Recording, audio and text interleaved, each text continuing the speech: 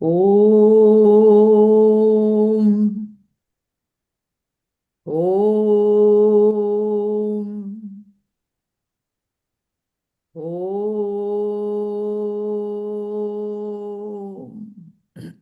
Okay. Om Sahana Vavatu Sahanau Bhunaktu Sahaviryam Karavavahai Tejasvinavadhitamastu Mavid Vishavahai. Om Shanti Shanti Shanti. Okay, who wants to start?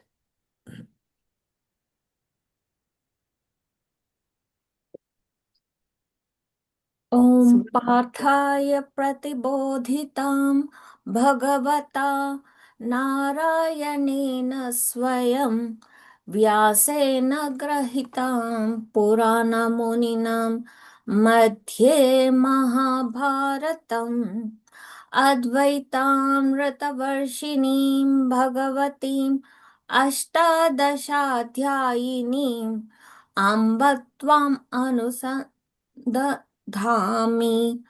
भगवद्गीते भवद्वेषिणीम्.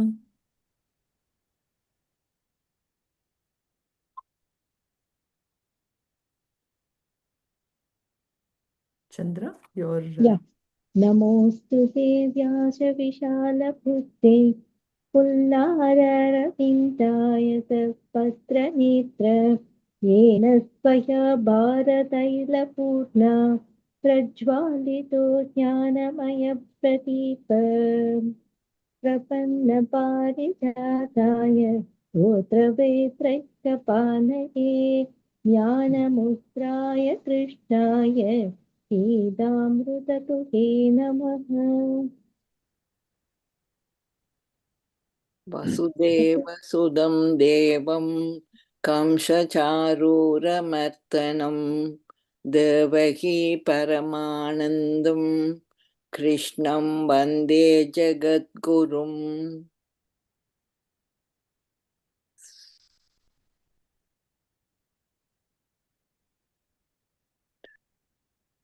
Madhuri, you want to finish it? सर्वधर्मा परित्यज्य मामेकं शरणं व्रज अहत्वां सर्वपापेभ्यः मोक्षयिष्यामि मा शुचः. Very good. So we finished with the shloka number 8 last time, which covered all the values of, Amanitvam, Adambitvam, Ahimsa, Kshanti, Achavam, Acharyopasanam, Shaucham, Stairyam, Atma Vinigraha. So the last two that we covered last week was about having a firmness in anything we do, which is what Stairyam is all about. And Atma Vinigraha is having a mastery over a mind, So that being said, today we'll be covering, what are the things that takes our mind out of control, you know. So it's a very good progression in how it is going in terms of the values.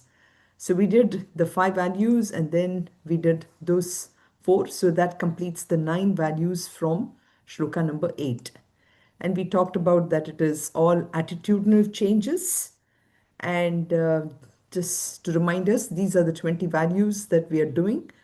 And as I mentioned even last time, as we go through these values, it becomes more and more in depth. And also, very subtle values are coming up pretty soon, after, I would say, almost after the 13th value, or 14th, I would say. Okay, so that being said, we had, I just found something very interesting about Arjavam, the application of Arjavam, you know. Um, I thought I'll just share with you because this week I was doing some readings. And so, Arjavam basically is all about really being authentic, you know. Um, of course, Arjun refers to straightforwardness It's an absence of crookedness in how we deal with things. But in today's language, especially when we are thinking about, working with our kids and everything, and when we are talking about these values, I felt this word of authentic, really came to my mind about how, being authentic, being aligned in, we talked about this vak, manas, being in our word, being the way we speak, the way we think, and the way we act. That is what Arjavam. But Arjavam is basically is something which is being authentic, and authentic essentially thrives when we have an inner alignment.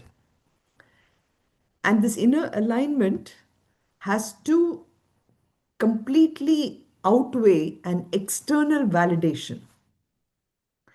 What do we mean by external validation? Today, uh, many times, we do a lot of things only to gain approval from others, and that is the external validation. But how can we make our own inner alignment, um, outweigh that? So, in today's world, again, it's becoming more and more so, like we have talked about, it's so psychological. Psychologically, we feel that relying on constant motivation outside is how I can live my life. But this basically uh, signals a kind of a misalignment between what my true values are and what how I'm supposed to portray myself, right? So, from a sociology point of view, also, societies, they reward all these external validation. So we get a lot of external credit or validation points. Um, for example, if I'm really productive and I speak in a certain manner in which I'm making an impact, everything is about outcomes and impact, you know. So that is how we are really thriving ourselves. So by doing so, what happens is a lot of things within ourselves also we not only get misaligned, but we also postpone decisions. And so prioritizing this ease or performance really brings about so much of this discontent and misalignment, and it drains so much of energy. So a couple of incidents that happened this week, I was thinking more and more about this alignment and arjavam.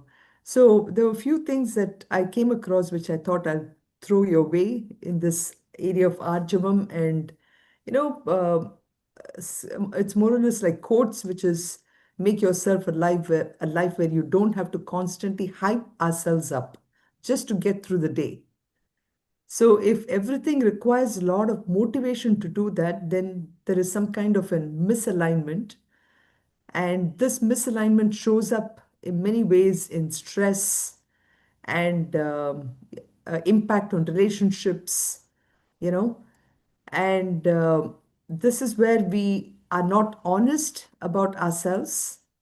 And many times we get tired about pretending that things don't bother us or something, but in reality, it does bother, but we tend to suppress it, you know.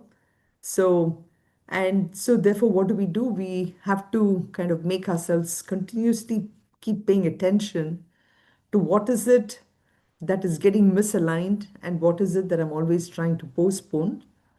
But these are all effects of this misalignment. So this is what I took. What I did was I took some quotes out of something what I was reading for a Gen Z, and but then I found so much of connection to Arjavam. So it's not as if these values are archaic, but they are extremely very much needed for today. I was reading some article also about how does a Gen Z view the world, compared to how we view the world. I mean, we are more like millennials, right? So there is actually no difference in that. If there is no difference in the kind of values we need to practice today versus during the Bhagavad Gita time, I guess, when it was published by Krishna, to Arjuna. So um, another quote which I came across, which is again connected to Arjun: make yourself less interested in being impressive and more interested in being at ease. So, being at ease is being true to my own swarupa, you know, and applause fades quickly, but discomfort has a long memory. All this as an outcome of not being in Arjavam, you know. So I don't know, hope this helps to really connect to what is going on today, right? So anyway, that was about Arjun, which I thought I would share. We did Acharyopasanam, then we did Shaucham, and then Shaucham, of course, we said is what is it that misaligns us, takes us away from Arjavam, is basically all these misvalues we have in our mind, which is, you know, being away from developing this purity of thought, because things like jealousy or envy or anger and all these things come as impediments preventing me from being aligned, you know. So therefore, Shaucham is necessary not just for external, but it is also about having that alignment of thought. So then how do I become clean? We talked about last time, as you know, of course, satsanga, having all the saintly values. That is the one only way I can actually, um, practice this.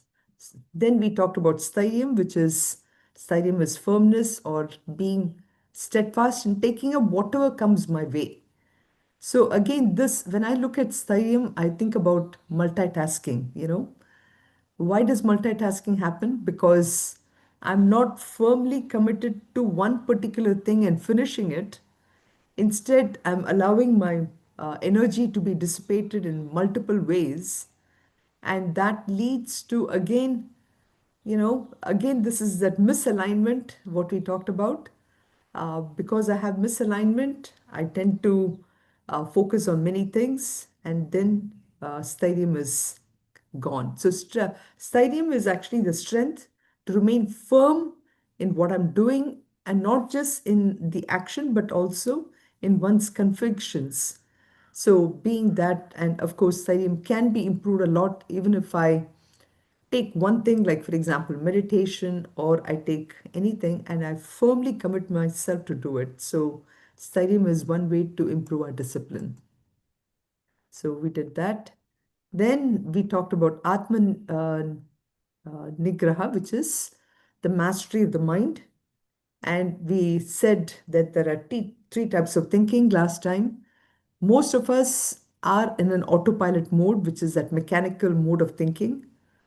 And impulsive thinking happens because, again, due to lack of alignment, um, uh, because of not aligned, and because of not practicing the shaucham, which is the values thing, my mind becomes impulsive in the face of a threat, you know. So the idea is we want to start to practice deliberate thinking, and that is how we put that into action and have a control of our mind, to ultimately reaching a point of effortless thinking. So we want to get our mind to a state of effortless thinking, but this again is such a difficult thing, of course, because we have all these obstructions in our mind. And the obstructions, of course, so far we talked about obstructions like, the negative values. But pretty soon we're going to be discussing today about what is an ego and everything. So, what is ego? What are desires? All these are again obstructions. But once I recognize that these are my obstructions and I'm working on it, I can get to a point of effortless thinking.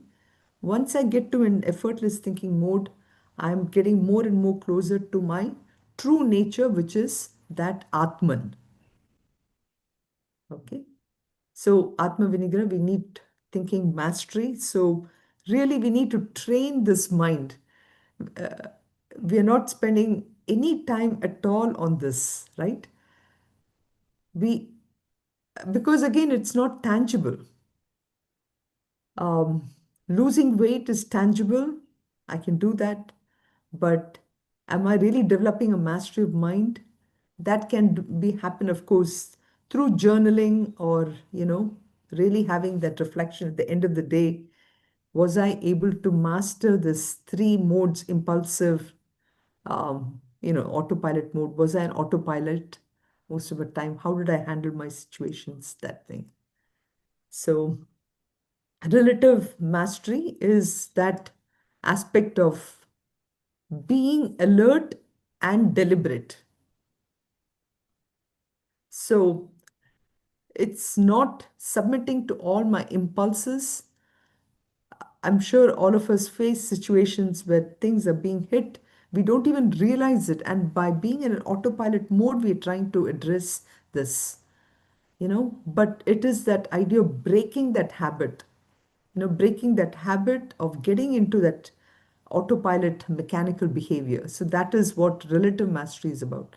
So one is being very alert all the time.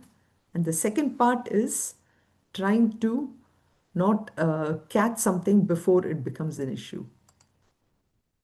So that's what developing alertness. And then we went through all these questions last time. So now we're entering into shloka number 9. So just wanted to round that up. So shloka number 9. Indriyartheshu vairagyam. Indriyartheshu vairagyam. Anahankara evacha. Anahankara evacha. Janma mrityu jara vyadhi. No, the whole thing I have to say it together, I remember. Janma mrityu jara vyadhi dukkha doshanu darshanam. Janma mrityu jara vyadhi dukkha doshanu darshanam.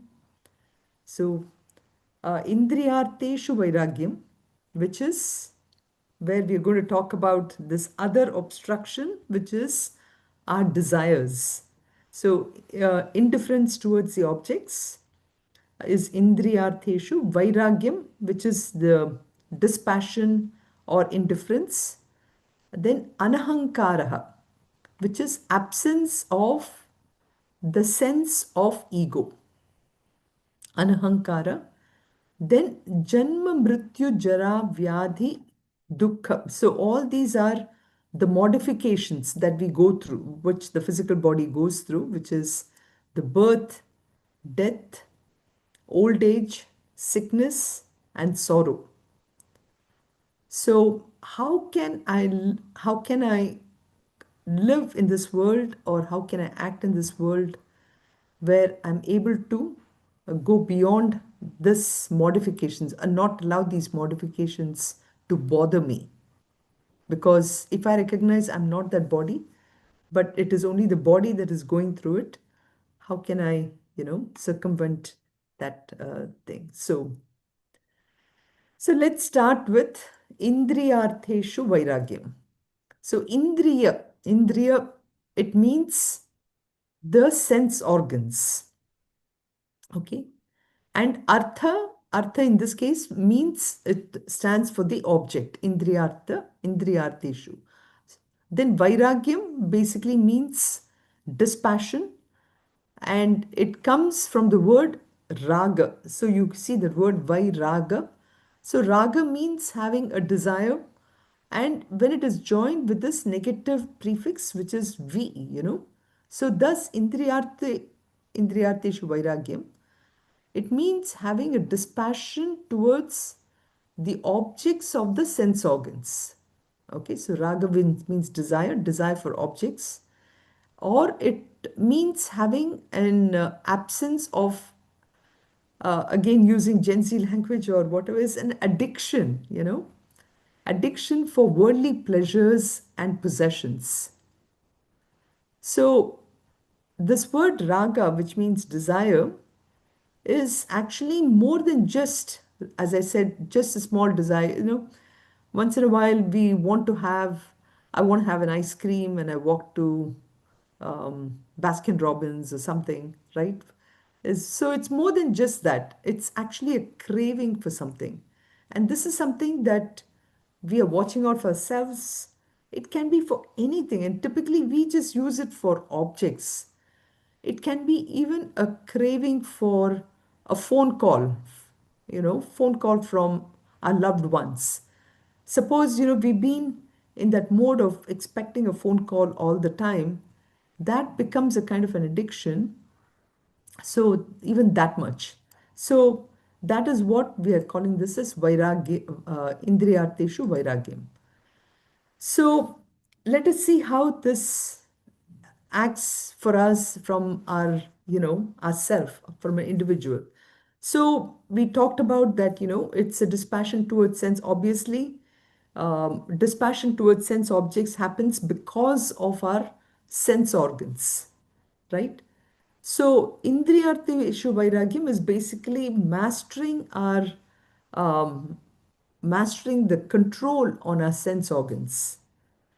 And these sense organs, for us, if you look at it, there are the Jnanendriyas and Karmendriyas, correct? Jnanendriyas are the ones which are bringing the input from the outside to us. They are the gateways, right? Gateways through which things enter into us. And Karmendriyas are the ones by which we act. So we have both of them, karmendriyas and jnanendriyas, and they are meant actually, if we think about it, is um, we have come with a set of desires from our previous lives, and of course, in what is that? One of the Kathopanishad. In Kathopanishad, almost in the second or third Valli, this beautiful shlokas which talks about how what is really the role of the sense organs. But the role of the sense organs is to recognize that I have a desire from the past lives, not to increase my desires. It's not about getting new desires in, but it's supposed to kind of exhaust our older desires. So these are I just put some Sanskrit words here. We have the Shrotra, Twak, Chakshu, Rasana, and Grana. So the five sense organs through which we experience different things, and Vak, Pani, Pada, Payu, and Upastha. Through the five Karmendriyas, this is being exhausted. So we have the Jnanendriyas which bring in through these sensations into our mind, and from the mind, of course, you have all this mechanism of where the intellect now has to make a decision, and then it gets stored in the memory, and then over a period of time, that becomes my ahankara. What is my ego ultimately?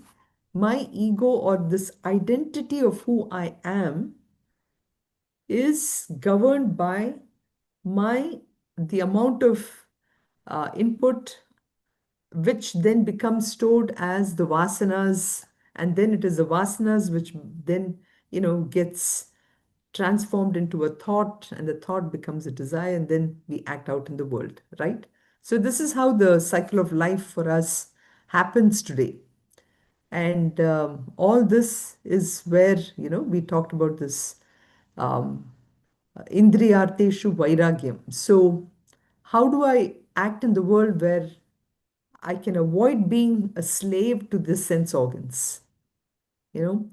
And we have seen this in Tattva Bodh, Dhamma. Dhamma is one of those values. So Dhamma is directly connected to Indriyarteshu Vairagyam, where I'm not allowing my external things to come into my mind. And in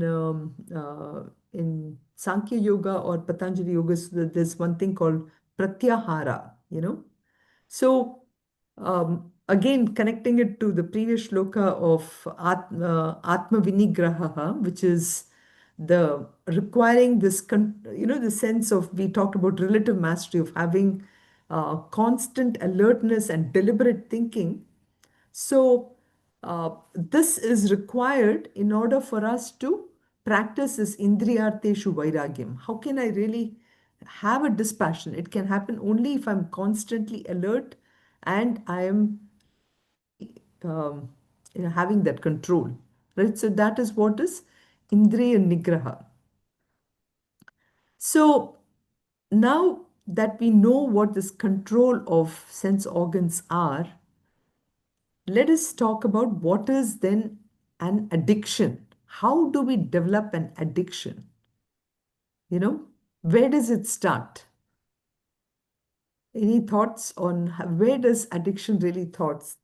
I mean, we can even give some practical example with just a simple, I know you're ready to go to bed, but I grabbed my coffee this morning. So I'm addicted to coffee. I'm, I can say that. Um,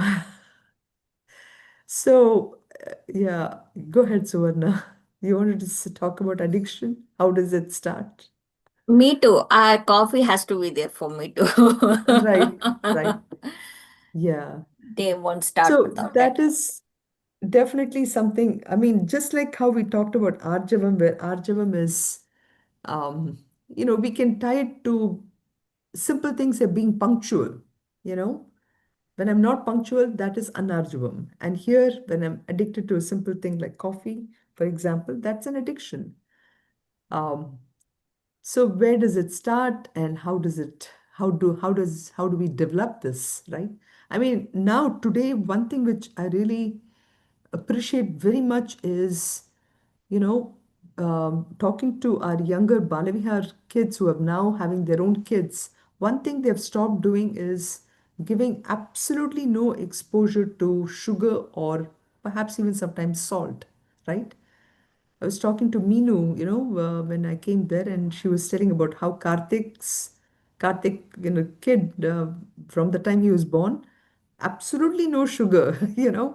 Whereas in our generation, we believed in giving the child chocolates after chocolates and candies and payasams and everything. And even today, when I see our menu in India, nothing has changed. How many sweets, and you got to have not just one or two or three in marriages, 5 or 10 kinds of sweets in just one meal. So addiction is really where it's this Indriyarteshu Vairagyam hits so much. Um, so anyway, any thoughts on this? Hariom, I think yes. For example, like we talked about coffee, if we need that coffee, that jolt of caffeine in the morning. But if we, for reasons, for we don't get that coffee in the morning, are you going to get all? Is your day not going to go well? That is where we have to figure out I know, if we the try to justify it. Yeah. yeah, we can, if the day goes on, but you still did not have your coffee, but the day went on, you did what you need to do, you were okay. How many days can you go like that? Maybe not too many, but in small steps, if we can, be aware of it, I think that is the first step, right? That we have this tendency towards getting habituated to something. We Yeah. are very, if we are aware of it, I think that Yeah. is where our first step towards addiction is awareness that we are addicted, kind of. Yeah. So I will actually tie this word addiction to what you just mentioned, which is habit. Okay. Habit formation, where in recent times, I think there's quite a few books that have been written about it. Um, is where this whole thing is going. We tend to become habituated to certain ways of living. Um, in the case of coffee, it is not too bad in the sense, like you said, if I want my entire day to go well, this small thing, yes, I understand it's an addiction, but it is helping me do other things. So it is not bad. But addiction can be in, like I said, it doesn't have to be towards just food. Um, it can be an addiction towards anything where I've allowed a certain habit to form for myself, so much so that I'm not able to get out of it. You know, that's the point that we really have to think about. Again, when I'm connecting these 20 values to how we are leading our life, and if this has to be relevant for future generations, which is what Suresh always points out, whenever we're looking at some of these things, are we really addressing it in the right manner? Each one of these values, the more and more I read it, and as that's why I was bringing that Arjavam also before, I find how relevant this is even to today's world. In fact, more so, much more so. Again, this addiction part of it, I get addicted to social media. I have to put on my thing, I have to see, you know, How many likes? how many likes and who's being talked about. Mind is gets getting so much more and more scattered. And each one of these values are hitting each one of those aspects, to whatever extent it was of value a long time ago, it is of much, much more value today. And this Indriyarteshu Vairagyam, which is, um, of course, we are talking about only seeing something and getting affected by it. But that is why I put all the five sense organs here. You know, in all these areas, addiction is happening and we have to stop it. Yeah. Hari Om. Yes, Anand? Yeah. Is Vishayavasana considered as addiction in the Ajatmika, in the sense? Vishayas? Vishayavasana. Vishayavasana is, yes, the Vishayavasana is what we are Yeah. addressing here. Okay. Thanks. And in this context, I wanted to put this beautiful, Vivek I mean, it Chudamani. really hits you hard. Yeah, go ahead. No, Something sorry. I did not know. I was. Yeah. This shloka from Viveka Chudamani. Shabdadibi panchabhireva pancha panchatmapuhu swagunena baddha kuranga matanga patanga meena bringa naraha panchabhiranchita kim. You know, um, there is, I know there's a certain meter to say the shloka, and when you say it in that meter, I will try to remember how it is said. And because that meter really hits you hard, it's basically saying, you know, the deer, the elephant, the moth, the fish, and the black bee, okay, they all die because of addiction to one of the sense organs. I mean, or whether it is smelling or hearing or, all this. Um, but we as human beings, where we have five of them, you know, we are even more hit by that. So, for the deer, the sound, through sound, it is captivated by the hunter's music and it gets killed. The elephant, by the touch, lured by the touch of a female, it falls into a pit. So this is how hunters actually catch these animals. And whereas a moth, we know that, right? Moth, when after some rainfall or whatever, you have so many of these moths and you turn on the light and everything gets attracted by the light and it dies right away. So attracted by the light of a fire, it burns to death. Fish, it's attracted by the taste of the food at the end of the bait. It is hooked. Bumblebee by the smell. So each one of these sense. But for us, we are killed in all the five sense organs, all the ways, because we are blessed with this five sense organs.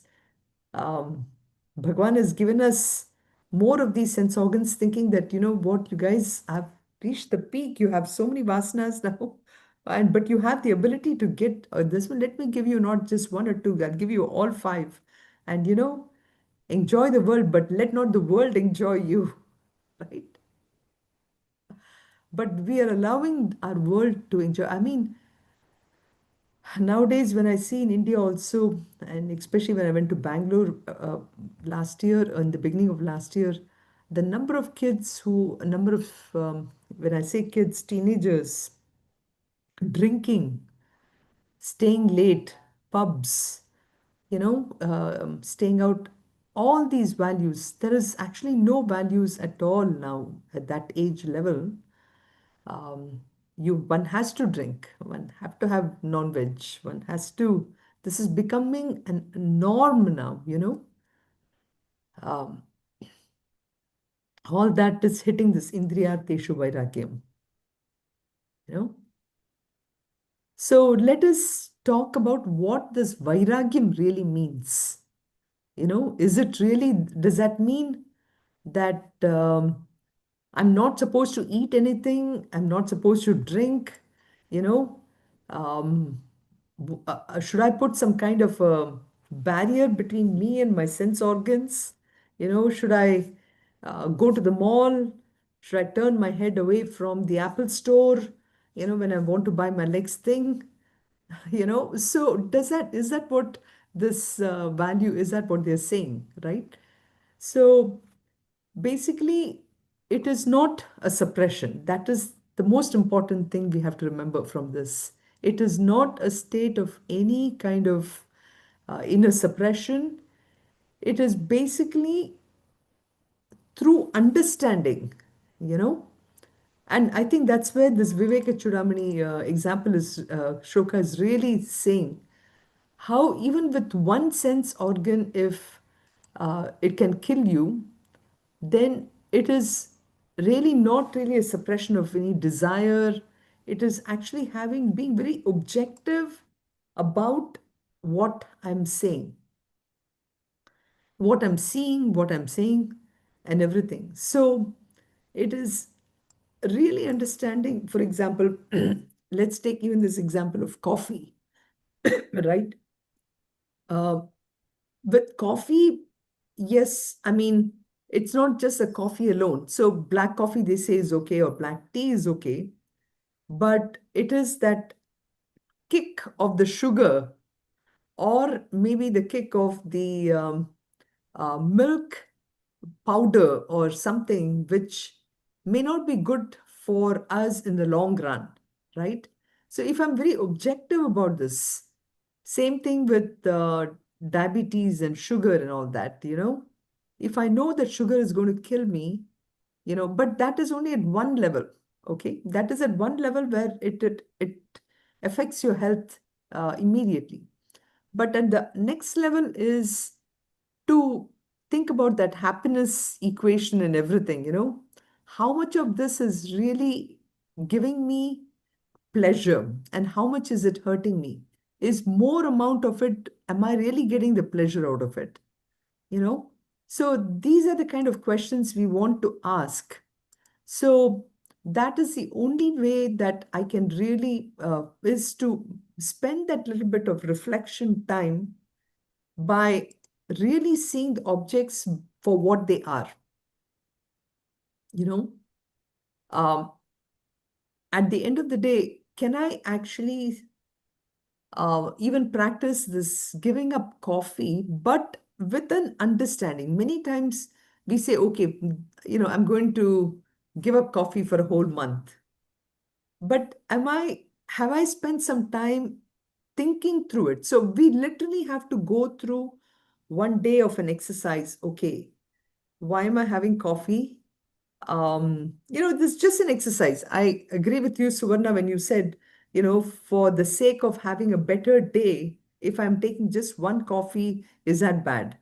But this is more of a reflection of it, right? Reflection on if I give up coffee, how am I going to give up coffee? Can I do it little by little? I know that I have to work with my mind. My mind is like a child. It is craving for it. I cannot completely, give up. And then I also need to sort of think, there needs to be that understanding of why am I doing this? At a very high level. This is at a high level in the sense I am already the happiness. Why am I going for this temporary happiness? So today I'm not convinced that I am that Satchit Ananda. So I'm looking for something to complete my thing. So I'm looking at myself as somebody who is incomplete, unfulfilled, inadequate, insecure, all this. So I'm trying to bring that completeness to myself by the pursuit of all these things which are making me happy, And I'm thinking that if I get this happiness from all this, then I will be happy. So I'm not able to fathom at that point that this mind, whom I'm trying to make it happy, is actually getting habituated to more and more of the same thing, right? So this is where this thing of artha and kama comes into play. What is artha and what is kama? Kama is standing for the sense pleasures, which is, again, I'm trying to satisfy my senses. So here the word kama, which is desire, is not just about eating anything, but includes just about anything, drinking, anything which is giving me pleasure. And artha is everything that brings a sense of security for me. What are the things that is bringing sense of security, for example, right now, is making sure I have my snow blowers and everything, which is making my house secure, wealth, so power, influence, fame, name, all these things are what is giving me that artha. So as a human being, for us, there is no end to this aspect of artha and kama. I have a lot of desires. I need to fulfill it. If I'm unable to fulfill it, then I do this artha business, which is through all these wealth and everything. I'm so constantly, my life is revolving around just this artha and kama. And when I do that, there is no way that I can actually practice this indriyarteshu vairagyam, right? So to become free of this completely thing that we call raga and everything, I need to find what are all the things that is giving me this pleasure. What are the things that is making me insecure? So if I do that analysis in my mind, only then I will really be able to practice this vairagyam. So vairagyam is not a suppression, but vairagyam is through understanding am I really getting pleasure out of all this? Can I practice this and see, how my mind is reacting? And focusing only on that mind as a reflection tool is one way to get over this. So the pleasure is basically, we kind of call it happiness. We have to recognize that whatever this happiness I'm getting is, I always think of that happiness equation, the three things. The more of the same thing is not going to give me happiness. And what is that? There are the same thing will not give me happiness. The more of the same thing will not give me happiness. More of different things cannot give me happiness. And then more of this on different days cannot give me happiness. The more lasting happiness, I'm saying, they're always subject to change. So when I recognize that, why am I going to this whole thing, So that is where vairagyam is a state of mind, which is brought about by understanding and not suppression, So it's not a state of mind, which is compelled by self-denial or where we are depriving ourselves.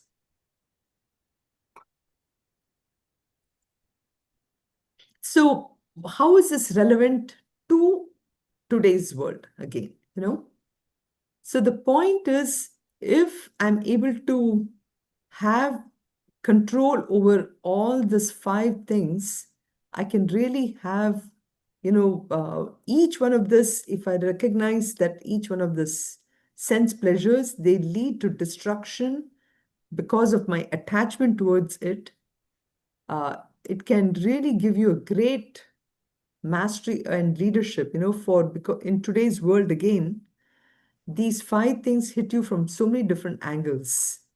So there are books which are addressed, and in Bhagavad Gita itself, we have in chapter 2, it says, a leader really is a person of discrimination who has great control over all these sense organs. So having said that, let's go through some reflective questions here, you know. So this is again reflection for each one of us, right? So what is the level of vairagyam that we have towards objects? For each one of us, it's different. So, and then think of an object that I desire the most. And this can be anything. Like I said, it could be a material object. And let's think about my relationship. Am I habituated towards it or anything? Is this something that I can give up? Is it possible for you to live if you do not have this? I mean, again, it's not just object. It can be relationship. It can be a situation. I always want my room to be a certain temperature, And does your happiness or well-being really depend on this? Will I get permanent? So then think about, has there ever been, everlasting happiness? So if I go through this kind of a reflective exercise, I'll be able to truly practice this indriyateshu vairagyam. So the final question is, how do I plan to become more objective towards the object of desires? I remember when we were doing the Sandipni course, our Acharya used to make us think, go through everything in your life and see which one is permanent, If I know that something is not permanent, then where is that happiness? And then, so that reflective exercise is needed for us to discuss, talk about this. Any thoughts or comments about the importance of this value in our life, Actually, the last sentence that you said, that reflection on the desires and the objects that bring happiness, right? You were talking about we should. Now, I mean, this is me just being me, is we have so many desires and we think that all of them are going to bring happiness. So, first of all, we have to figure out what are those desires that are, that are just time pass, that have nothing to do with us, and then actually figure out what it is that will bring us permanent happiness. We have to first distinguish between the desires which are useful ones and which are just hawa mein mahal banana, it's like your brain, that is, we do that with our desires, right? We build a castle in the air and we do that. So we have to figure that out, and then this is a good reflection exercise, definitely, because the mind wanders away. So it is like really, really not control the mind. It is more like get the mind to actually focus on what the aspect of what it is. What is happiness is, is, I think we want happiness, but before that, there's something that we say is. What is that? Something in between that we have to first figure that out. There's this vacuum that we would want to fill it up with something or the other. We have to recognize that there is a vacuum there, and that vacuum is nothing but we have to fill it with happiness, which is already inside us. We need to just Yeah. recognize that. But we If say you that can, yeah, you're saying an inside out approach, it's First, like I understand who I am. And if I understand who I am, then a lot of these things may not even uh, matter, right? yeah, I mean, for Yeah, me, that is where I am. right, Your questions for as you were explain talking, my mind already went towards, okay, where am I in? right, Where am I? What right. is it that Okay. it's the Any other questions thoughts are from very good. anybody else? Yeah. Hariom, in Chinnaya mission, like I hear that desires are like tissue papers. What So is like like tissue? A design like tissue paper. desires, Yeah, they are exactly. like This tissue is papers. They like the come one box after the of other. tissues. Right. Yeah, one is over, the other one is waiting. I always compare this to Disneyland, when you go to Florida, I remember this one particular ride. I I remember going on the ride just after doing this 13th chapter or something. I said, wow, this is great. There'll be, as soon as there's always a huge line of cars waiting for you to go on it for a ride, right? And with beautiful music and such perfect surroundings, a car would come and you just run to get into it, So it's like running towards fulfilling a desire. Um, And then it's all over in 2 minutes in or two less minutes, than two exactly. minutes. No, see, this is beautiful marketing. It's really, I think marketing uses Vedanta, where they know that the taste in a tongue lasts only for a few seconds, and how do I bring that back? Or like this, it's a 2 minutes or less than, the ride is for that, because there are about 100 rides that you have to go through. If you spend half an hour on one thing, then oh my God, there's no business for the others. So let's make this shorter. Marketing is all about using some of this in the other way and capitalizing on it. Yes. So if I may take a minute, going back to developing addiction, Developing addiction. I'm thinking it starts with exposure, Yeah. and then I think we all go through either consciously or subconsciously a cost benefit analysis. Once you are exposed to it, you go through that cost benefit analysis, and there is a short term and long term aspect to it.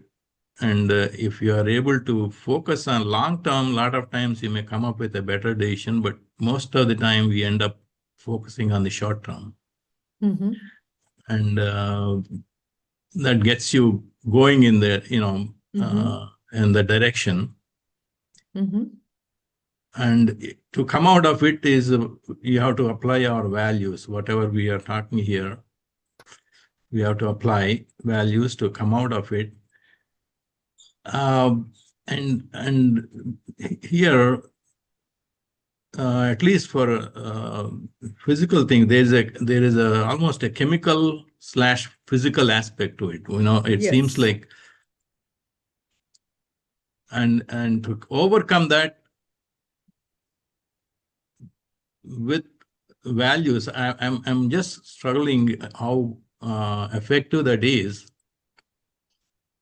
just by consideration of ideas of dispassion, for example.